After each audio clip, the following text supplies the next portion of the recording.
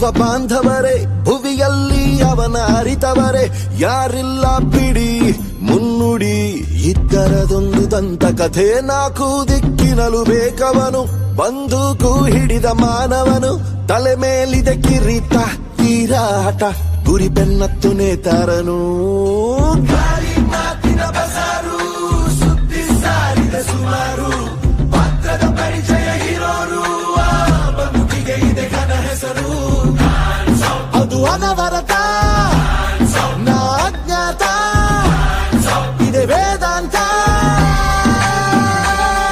ಇದು ಚರಿತ್ರೆ ಸೃಷ್ಟಿಸೋ ಅವತಾರ.